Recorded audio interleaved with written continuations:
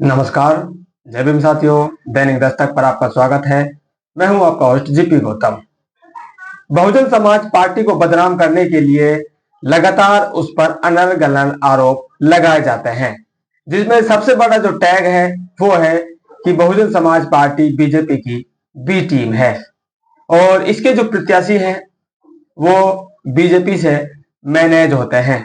लगातार आपने हर चुनाव दर चुनाव साथियों ये जो वाक्य हैं ये सुने होंगे, लेकिन आज तक इनमें जो सच्चाई है वो आज तक कोई साबित नहीं कर पाया है।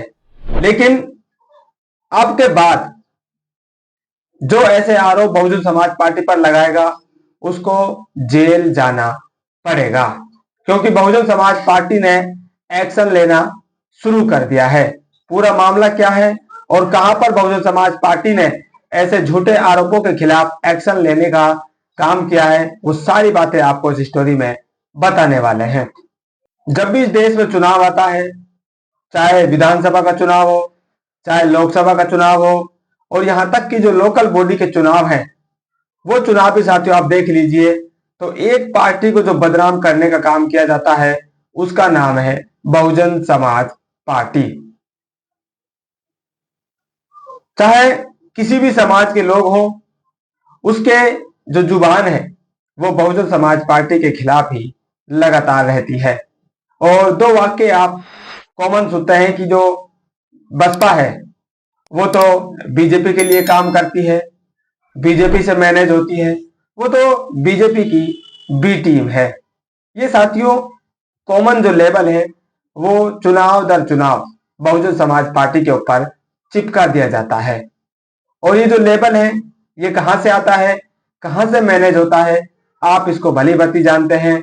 विरोधी दलों के द्वारा इस तरह के जो लेबल हैं वो बांटे जाते हैं। लेकिन बहुजन समाज पार्टी अब साथियों चुप बैठने वाली नहीं है। उसके खिलाफ जो भी प्रोपेगेंडाज रचे जाते हैं, प्रचारित किए जाते हैं, और मीडिया में बैठकर जो लोग इनको फैलाने का काम करते हैं, अब ऐसे लोगों पर कड़ाई से पेश आने का जो प्लान है वो बहुजन समाज पार्टी ने बना लिया है, जिसकी एक बानगी मध्य प्रदेश में देखने को मिली है।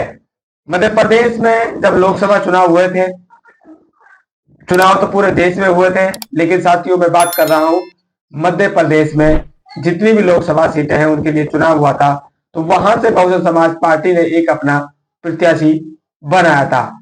उस प्रत्याशी का नाम है देवाशीष जरारिया, जो खुद अलवर जिले में बहन जी से मिले थे, बहन जी से उनकी मुलाकात हुई थी, बहन जी ने उनको आशीर्वाद दिया था और भिंड की सीट से उनको लोकसभा का प्रत्याशी बनाया गया था। आप फोटो में देख सकते हैं बहन जी के साथ वो मिल रहे हैं और बहन जी उनको आशीर्वाद दे रही है। ये साथी बहन जी की जब रैली हुई थी अलवर जिले में, तो ये वहां का फोटो है। जैसे ही उनको प्रत्याशी बनाया जाता है, चुनाव का प्रचार चालू होता है, तो कांग्रेस के जो प्रदेश अध्यक्ष हैं, वर्तमान में भी है और लोकसभा के जब चुनाव हुए थे तब भी वो थे, नाम है जीतू पटवारी।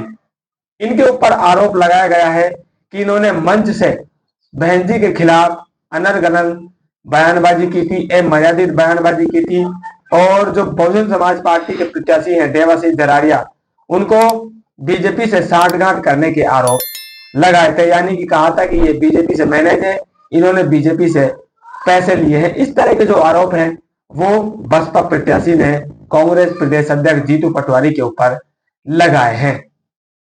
ये सिर्फ मुंह की लड़ाई नहीं है साथियों, जुबानी लड़ाई नहीं है, बल्कि ये कानून की शक्ल ले चुकी है और कानूनी रूप से जीतू पटवारी पर बसपा प्रत्याशी कार्रवाई कर रहे हैं।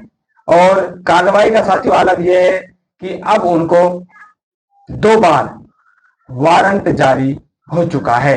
ये आप खबर देखिए जिसमें साफ साफ लिखा हुआ है, जीतू पटवारी के खिलाफ एमपी एमएलए कोर्ट ने जारी किया जमानती वारंट।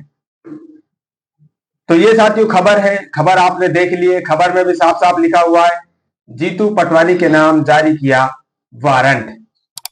अगर अब भी आपको विश्वास नहीं है तो देवाशीष जरारिया जिन्होंने ये एक्शन लिया है, उन्होंने खुद सोशल मीडिया के माध्यम से इसकी जानकारी ली इसकी जानकारी दी है और वो इस मामले को बताते हुए कहते हैं, कांग्रेस प्रदेश अध्यक्ष श्री जीतू पटवारी ने लोकसभा चुनावों के दौरान भिंड उमरी में बसपा प्रत्याशी पर अनर्गल टीका टिप्पणी और बसपा राष्ट्रीय अध्यक्ष बहन कुमारी मायावती जी पर बेहद अमर्यादित बयान मंच से दिया था।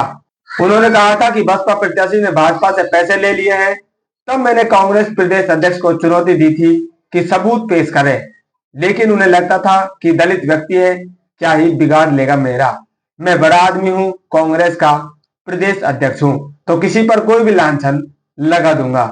अब केस में दूसरी बार जमानती गिरफ्तार वारंट जारी हुआ है।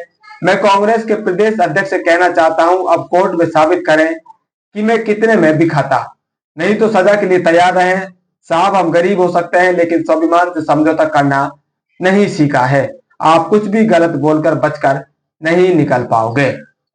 तो ये साथियों देवाशीष जरारिया का बयान है जो उन्होंने सोशल मीडिया पर बाकायदा पब्लिक के लिए सार्वजनिक किया है और इसमें कुछ भी अब छिपा नहीं है। जो एक्शन लेने की बात उन्होंने कही है, इसमें साफ साफ कहा है कि 2 बार उनके खिलाफ